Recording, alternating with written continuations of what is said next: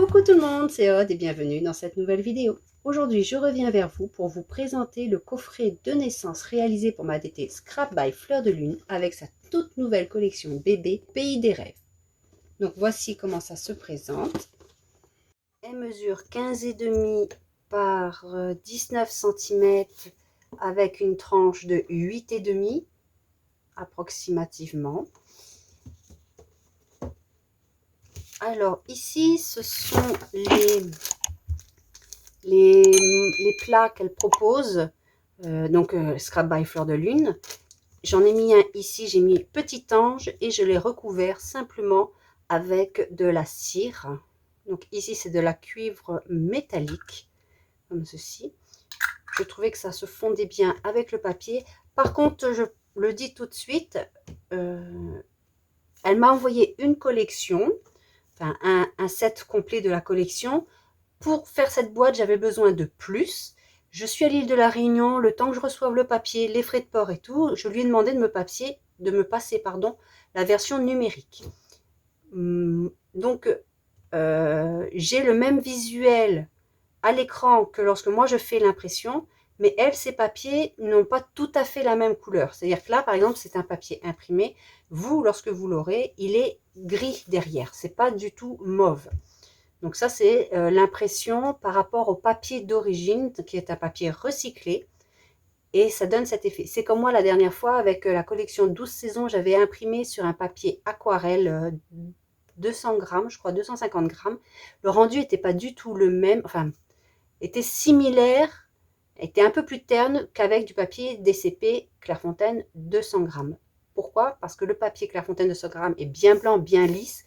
L'encre ne se pose pas exactement de la même manière sur un papier lisse et un papier aquarelle, par exemple. De même ici, sur un papier DCP et sur son papier qu'elle utilise, du papier recyclé 300 grammes. Donc, vous pouvez avoir des couleurs légèrement différentes. Donc, si vous vous commandez chez elle, vous n'aurez pas tout à fait ces couleurs-là, ce qui est normal.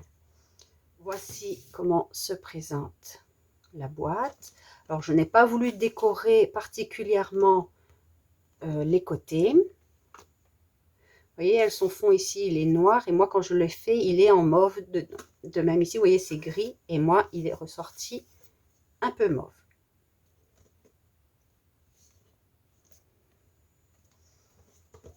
Donc, comme j'ai dit, je n'ai rien fait de particulier. J'ai juste mis une étiquette. J'ai utilisé quasiment toutes ces étiquettes.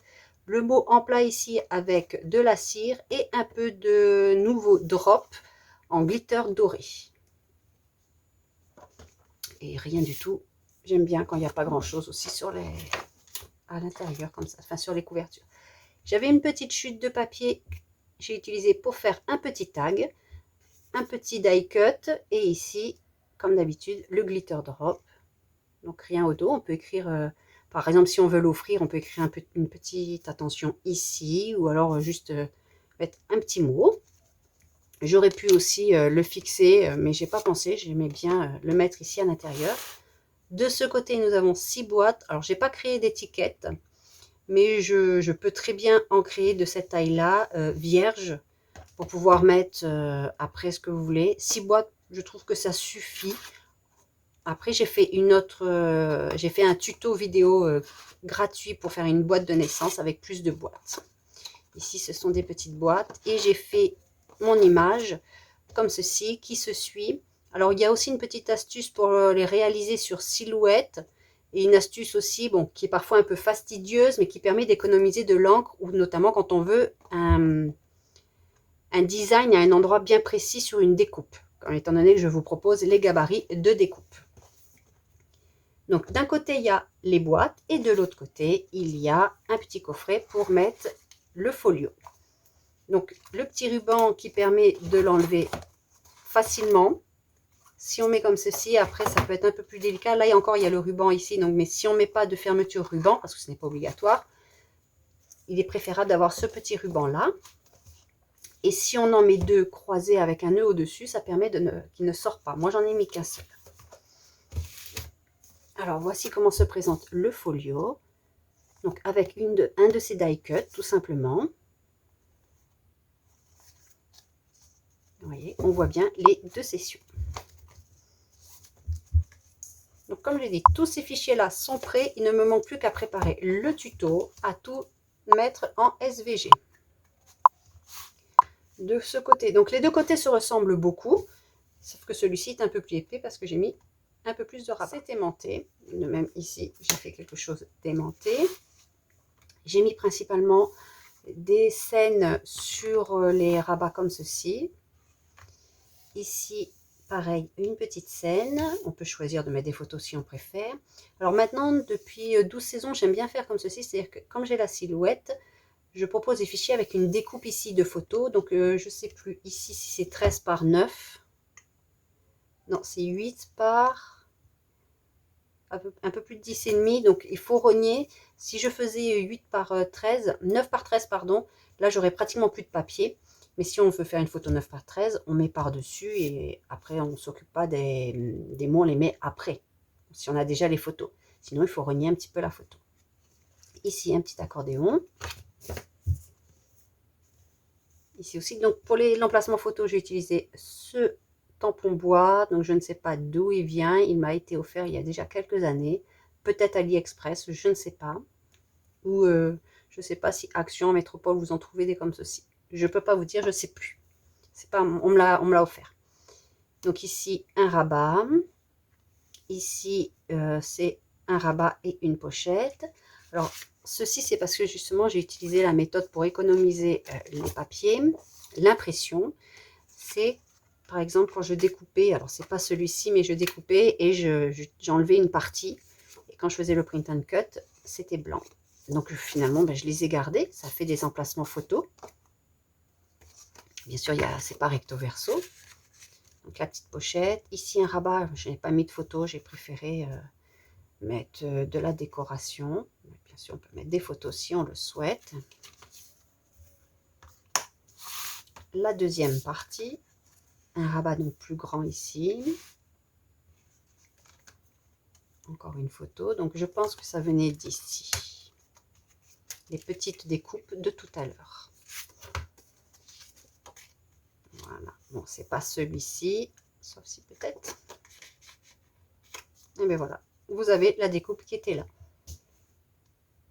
Donc, je ferai une vidéo. Donc, à la base, c'était pas prévu pour ça. Donc, il y a des écarts, hein, parce que j'avais juste enlevé grossièrement l'impression du milieu.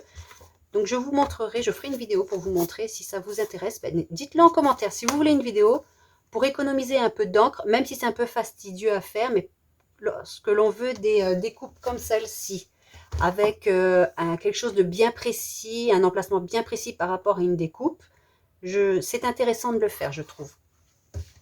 Mais c'est uniquement avec des fichiers numériques. Attention, pas avec des papiers classiques, je ne peux pas le faire.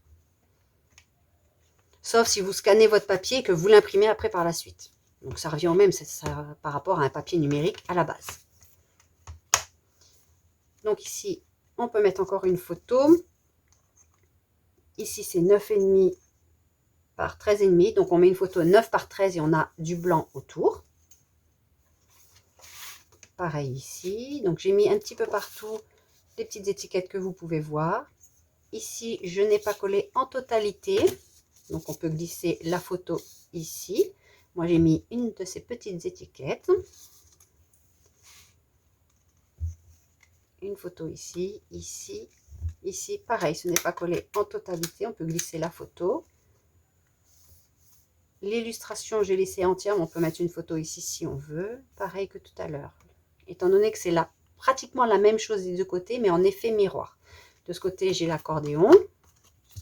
Et si je regarde bien, mon accordéon, il est ici. Vous voyez, ça fait quand même beaucoup de photos. Hein. J'aurais pu faire un accordéon là, mais bon, c'était pas, le but n'était pas de trop multiplier non plus. Puis il fallait que je respecte la hauteur disponible dans la boîte. Ici aussi, donc, la pochette. Donc, j'ai glissé les petites étiquettes, les cartes. Voilà. Ici, j'ai fait un emplacement photo, donc je n'ai pas collé en totalité. J'adore cette petite illustration. Et ici, on peut mettre une photo si on veut. Et ici, encore une photo. Alors, ce système-là permet d'économiser du papier si on met des grandes photos. ça peut déborder, ce n'est pas gênant. Et là, il n'y a pas une surépaisseur de papier. Hop, l'étiquette. Donc, je remets tout correctement. Donc, il faut faire en fonction de la hauteur des tranches qui sont calculées pour. Vous voyez, il reste un petit peu de place pour pouvoir mettre les photos. Hop, je me suis trompée. Et vous voyez, avec la silhouette, j'ai pu choisir mon élément pour qu'il soit le mieux mis possible. Après, ça n'est pas évident parce que là, c'était quelque chose que j'avais aimanté et j'ai mon petit millimètre. Là, j'ai pas pris en compte, mais c'est pas grave. On voit quand même plus ou moins la continuité de l'image. Ce que j'aurais pas pu faire avec le silhouette et un papier qui était déjà imprimé. Pour envoyer la découpe, j'aurais pas réussi. Personnellement, j'aurais pas réussi à avoir quelque chose qui se suive plus ou moins quand même. Mais j'espère que cette petite création d'un nouveau coffret de naissance vous plaît. Là, je vais continuer de faire mes fichiers. N'hésitez vraiment pas à me dire en commentaire si vous avez aimé, si vous avez regardé jusqu'à la fin. Et si vous voulez la vidéo qui vous montre comment réaliser ceci avec, ce que je veux dire, c'est placer correctement un papier numérique dans une découpe. Je vous dis à bientôt pour une prochaine vidéo. Bye bye!